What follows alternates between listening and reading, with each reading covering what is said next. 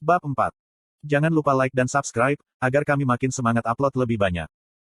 Level minus bukan bug. Angka-angka dalam tanda kurung di samping level menunjukkan, XP ku saat ini dan jumlah XP yang diperlukan untuk mencapai level berikutnya. Keberadaan figur XP ini, berarti, aku bisa naik level. Dalam kasus terburuk, aku khawatir, jika aku tidak akan bisa naik level, karena aku kondisi bug. Aku senang, itu bukan bug.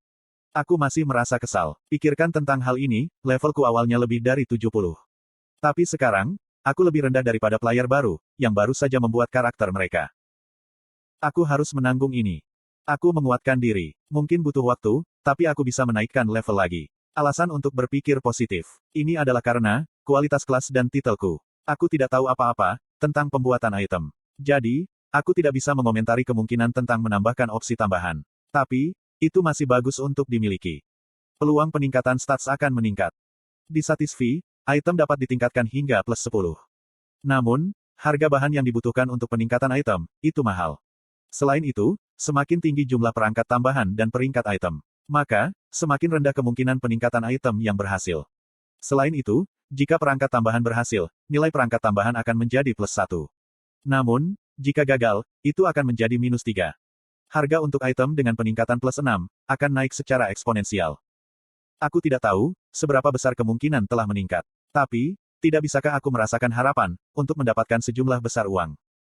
Kedua karakteristik kelas yang aku sebutkan, cukup menarik.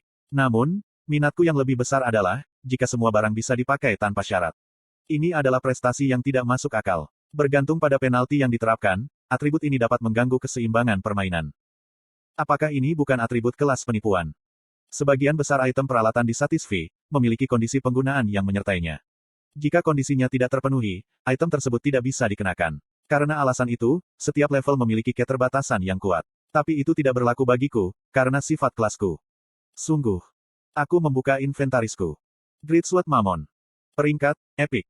Daya tahan, 88/204. Attack, 178/301. Attack speed, minus 16%. Kerusakan air tambahan, akan ditambahkan ke semua crit hit. Ini adalah pedang besar yang dilindungi oleh penjaga danau Pamian, Mammon. Karena pengaruh danau, pedang ini memiliki aura air yang kuat. Kondisi penggunaan. Level 65 atau lebih tinggi. Strength lebih dari 260. Stamina lebih dari 150. Berat, 1050. Armor plat mengel. Peringkat, Rare. Daya tahan, 51/180. Defense, 165. Move. Speed, minus 2%. Strength plus 10. Ini adalah karya yang dibuat oleh pandai besi mengel di kota berbenteng Patrian. Dengan itu, defense ditingkatkan dan berat diturunkan. Pemakai karya ini dapat merasakan kemauan kuat mengel yang tertinggal. Kondisi penggunaan. Level 60 atau lebih tinggi. Strength lebih dari 180. Berat, 1,203. Statistikku saat ini tidak memenuhi kondisi penggunaan yang dilampirkan pada Great Sword Mammon atau Armor plat mengel. Dengan kata lain, orang normal tidak akan bisa memakai kedua barang tersebut. Tapi, aku pengecualian. Karena karakteristik kelasmu, Anda telah memakai Great Sword Mammon. Penalti diterapkan, karena kondisi pemakaian item tidak terpenuhi. Attack power dari Great Sword Mammon akan berkurang 30%. Hanya setengah dari efek opsi yang akan diterapkan. Penalti akan dikurangi, jika pemahamanmu tentang Great Sword Mammon meningkat. Karena karakteristik kelas-kelasmu, Anda telah memakai armor plat mengel. Penalti diterapkan karena kondisi item tidak terpenuhi. Defense dari Mengel's Plate Armor akan berkurang sebesar 20%. Hanya setengah dari efek opsi yang akan diterapkan. Penalti akan berkurang, jika pemahaman tentang Mengel's Plate Armor meningkat. Luar biasa. Aku jarang memiliki barang, tanpa ketentuan penggunaan. Aku ingat, satu set item pemula yang mewakili itu, yang tidak memiliki kondisi. Aku tidak ingat persisnya. Tapi, dalam kasus item yang ia terima di level 1, pedang pemula attack power-nya adalah 5-13 dan armor pemula defense-nya adalah 7. Tapi sekarang, aku bisa menggunakan senjata, yang mampu setidaknya attack power 124 hingga 210, dan defense 132 di level 1. Tidak mengherankan, mudah untuk memulihkan levelku kan? Tidak peduli seberapa rendah levelku, aku bisa berburu monster di sekitar level 20, hanya dengan kekuatan serangan Great Sword Mammon. Berkat Plate Armor Mengel, aku tidak akan menerima kerusakan dari monster level rendah. Dengan kata lain, aku bisa berburu monster lebih cepat dan lebih mudah daripada player lain di level yang sama. Berkat efek itemnya. Ini akan langsung dikaitkan dengan naik level, dengan kecepatan cahaya. Sistem penalti dasar adalah item rare, yang memiliki penurunan 20% dalam kemampuan dasar. Sedangkan, item epic memiliki penurunan 30%. Hanya setengah dari efek item diterapkan. Penaltinya sangat kecil. Item peringkat unik dan legendari akan dikenakan lebih banyak penalti. Tapi pada titik ini, itu adalah kemampuan cheat. Ini kelas legendari. Tapi apa pengertiannya? Petik 2. Karena kegembiraanku, aku terlambat memperhatikan sedikit tentang pemahaman yang muncul di jendela notifikasi. Kemudian, aku memeriksa informasi terperinci. Appraiser item. Keturunan Pakma dapat memahami bahan dan prinsip item dengan menggunakan, membongkar, atau memperbaiki item peralatan. Semakin tinggi tingkat pemahaman, semakin efisien seseorang dapat menangani item. Jika Anda memiliki pemahaman 100%, Anda dapat mempelajari cara membuat item itu. Semakin tinggi tingkat pemahamanku, semakin sedikit penalti akan ada. Konten iklan. Lalu, aku akan mendapatkan metode produksinya. Wow. Player produksi biasa harus membayar sejumlah besar uang, atau menyelesaikan pertanyaan sulit untuk mendapatkan metode produksi. Tapi, aku bisa mendapatkannya secara gratis, selama aku meningkatkan pemahamanku. Skill perbaikan tersedia dan daya tahan itemku rendah. Jadi, aku akan mencoba dan memperbaikinya nanti.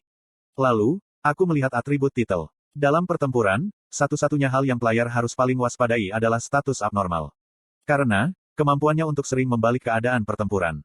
Ngomong-ngomong, titelku menurunkan kemungkinan terkena status abnormal. Dia juga mengatakan, jika aku tidak akan mati ketika HP-ku minimum. Sehingga, aku bisa abadi untuk sementara. Dengan mudah diakui, apakah itu berarti, afinitasku dengan NPC dapat dengan mudah ditingkatkan? Petik 1. Aku merasa senang. Aku sangat senang, jika aku tidak bisa berhenti tertawa. Atribut kelas dan titelku sendiri, memberiku perasaan berada, di depan player biasa lainnya. Aku menjadi istimewa. Ini terasa, seperti kompensasi yang pantas, untuk 3 bulan penderitaanku. Tapi, aku akan menikmati kesenangan yang jauh lebih besar, jika aku bisa menjual buku itu untuk uang. Aku melewatkan kesempatan untuk menyingkirkan kreditorku, dan mengendarai mobil asing. Tiba-tiba, aku beralih dari perasaan senang, menjadi perasaan buruk. Gelombang tanda pagar Akeong. Pangkat persen asteris Akeong. Asyur. Aku memukul lantai dengan frustrasi dan dendam. Aku mencurahkan semua jenis kata-kata kotor ke arah Asyur. Perlahan-lahan, hatiku tenang. Itu karena stats yang tidak dikenal. Jadi, aku memutuskan untuk memeriksanya. Komposure. Probabilitas dipengaruhi oleh keadaan abnormal, diturunkan. Jika terkena kondisi abnormal, Anda akan cepat pulih. Asteris semakin tinggi angkanya, semakin tinggi efeknya. Asteris poin stats tidak dapat didistribusikan ke stat ini. Indomitable. Memiliki kemungkinan tertentu, untuk membatalkan sebagian dari damage yang masuk. Semakin rendah kesehatan, semakin tinggi probabilitas. Asteris semakin tinggi angkanya, semakin tinggi efeknya. Asteris poin stats tidak dapat didistribusikan ke stat ini. Dignity. Tidak bisa ditekan oleh orang lain. Ada kemungkinan langka, untuk membuat musuh tunduk kepadamu. Asteris semakin tinggi angkanya, semakin tinggi efeknya. Asteris poin stat tidak dapat didistribusikan ke stat ini. Insight. Temukan target. Prediksi risiko. Asteris semakin tinggi angkanya, semakin tinggi probabilitasnya. Asteris poin stat tidak dapat didistribusikan ke stat ini. Setiap stat memiliki efek yang hebat. Ngomong-ngomong, bagaimana aku akan menaikkan stats itu, jika aku tidak bisa mendistribusikan poin ke sana? Penjelasannya tampak besar, tapi mungkin, statistik itu tanpa banyak penggunaan yang praktis. Momen saat aku hendak membuka jendela keterampilan, contohnya. Tidak. Aku menjerit ketakutan. Tiba-tiba sesuatu menyentuh punggungku. Aku terlambat mengingat, jika aku berada di kuil Yatan. Apa? Aku buru-buru berbalik dan secara refleks memegang Greatsword Mammon. Pria di belakangku menghindari seranganku, dan mengangkat kedua tangan. Hei, tenang. Apakah kamu ingin membunuh seseorang? Orang yang berbicara adalah, pria berkulit putih yang tampaknya memiliki kelas tipe Assassins. Karena, peralatannya yang ringan dan tubuh yang gesit. Jarinya menusuk punggungku. Mungkin baik-baik saja, jika itu adalah pedang. Tapi, memalukan untuk menjerit hanya karena itu.